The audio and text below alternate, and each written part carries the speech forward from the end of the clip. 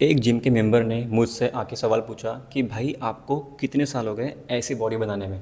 मैंने उनसे कहा कि मुझे 2 से 3 साल हो गए हैं। तो उन्होंने मुझसे पूछा कि क्या आप नेचुरली इतनी अच्छी बॉडी 2 से 3 साल में बना सकते हो। मैं 2 से 3 साल नहीं, मैं शायद 1 से 1.5 साल में ही बना लेता अगर मैं प्रीवियस में जो मिस्टेक किया है मैंने, अगर वो मैं नहीं करता। तो अभी मैं यहाँ पे डाइट के बारे में बात नहीं करूँगा, मैं सिर्फ और सिर्फ बात करूँगा वर्कआउट के बारे में। तो देखो यार, मुझे एक चीज़ समझ में नहीं आती, जब आपको पता है कि आपका गोल फिक्स है, आपको सिर्फ और सिर्फ मसल गेन ही करना है, ना कि आपको पावर लिफ्टिंग करनी है, तो वर्कआउट का सिलेक्शन उसके हिसाब से करो, क्योंकि दोनों का वर्कआउट अलग अलग होता है। पावर लिफ्टिंग का मेजर फोकस होता है स्क्वाट्स, बेंच प्रेस, डेडलिफ्ट, और आपका जो वर्कआउट एक्टिविटी होती है वो अलग होती है, आपका एक्सरसाइज सिलेक्शन अलग होता है। और पावर लिफ्टिंग के केस में आप देखोगे तो उनकी वो स्पोर्ट्स की नीड है।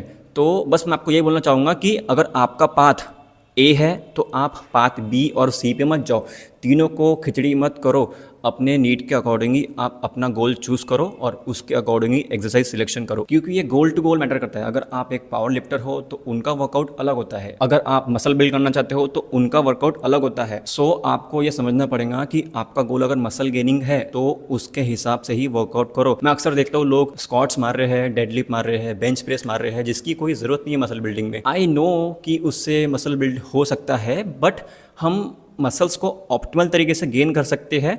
तो अगर आपको शॉर्ट टर्म में बहुत अच्छे रिजल्ट्स लाना है तो मेरा आपको बोलना यही रहेगा कि आप अपने एक्सरसाइज सिलेक्शन पे ध्यान दो, क्योंकि it's really matters a lot. और अगर ये चीज़ मुझे अगर पहले समझ आती तो शायद मैं 2 से 3 साल नहीं, मैं 1 से 1.5 साल में ही अपनी बॉडी बना लेता, क्योंकि मेरा गोल फिक्स था। एंड स्टार्टिंग में मैंने बहुत सारे मिस्टेक्स किया, और वही मिस्टेक्स मैं आपको अभी बता रहा हूँ कि आप मेरे मिस्टेक्स से लर्न करो, अप्लाई करो और दोबारा इसको रिपीट ना करो बस।